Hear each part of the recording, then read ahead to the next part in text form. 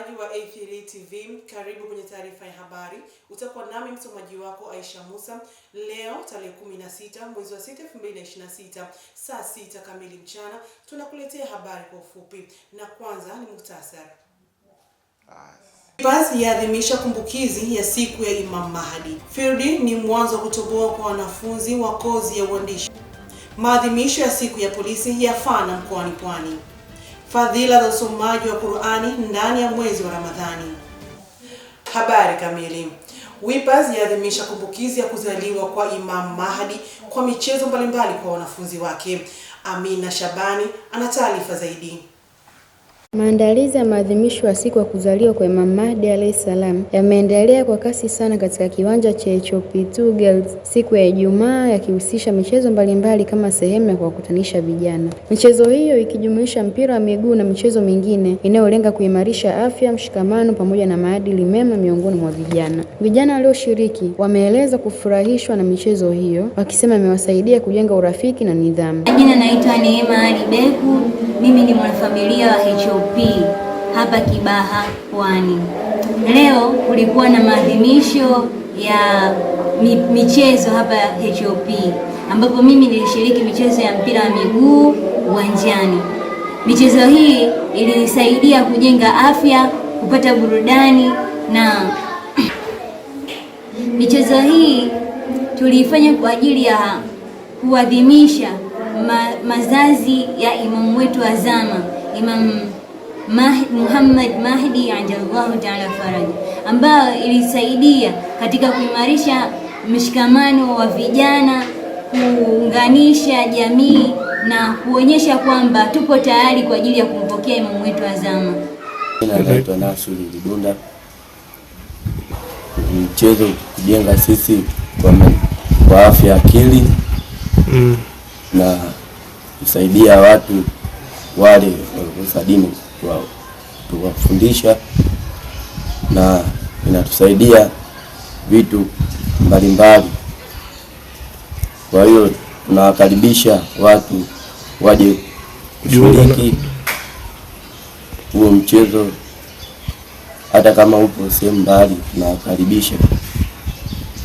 Maadhimisho ya siku ya kuzaliwa kwa Imam Mahdi alayhi salam yanatarajiwa kufanyika siku ya tarehe 3 Jumanne, huku jamii ikihimizwa kushiriki kwa amani na umoja. Nikiripoti kutoka Kibaha, mimi ni Amina Shabani wa A3 TV. Asante Amina Shabani kwa taarifa hiyo. Na Field ni mwanzo wa kutoboa kwa wanafunzi wa kozi ya uandishi wa habari. Zaina Rashid ana taarifa zaidi. Field Practical imeendelea kuwasaidia wanafunzi wa journalism kupata uzoefu wa kazi na kuongeza ujuzi wa kitaaluma kupitia mafunzo ya vitendo wanaoyapata wakiwa kwenye vyombo vya habari.